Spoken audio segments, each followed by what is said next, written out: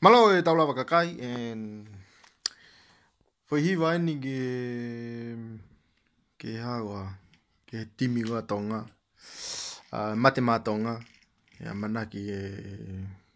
nau kau I whiau I koe tauni pea koat begi foi hiwa ko ni ko whakala tola I pege timi pea ko DJ Lau pea mo DJ Nau na nama ngawa ki foi hiwa ko ni pea me osi pe mo subscribe mai ke ma channel lo ke mo download te foi hiwa ko ni at pe ki foi temo fa fika wa ki mo foi hiwa ko ni ko ki pui tu aga na o le vato amo ki whanonga mai pe ke foi hiwa ko ni ko foi hiwa re ke ia pe ko hiwa me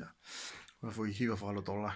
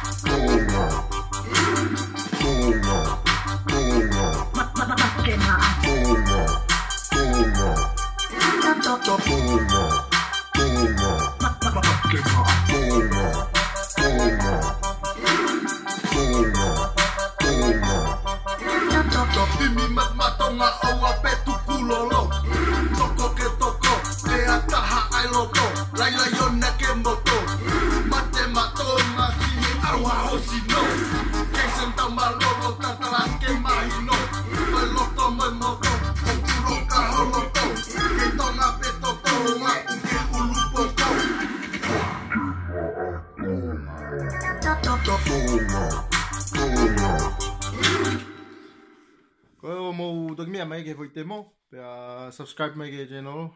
like this video mo to hile vila lo ko ha mo va ga ge vo hiwa ko ni pe ala vito o me mai o me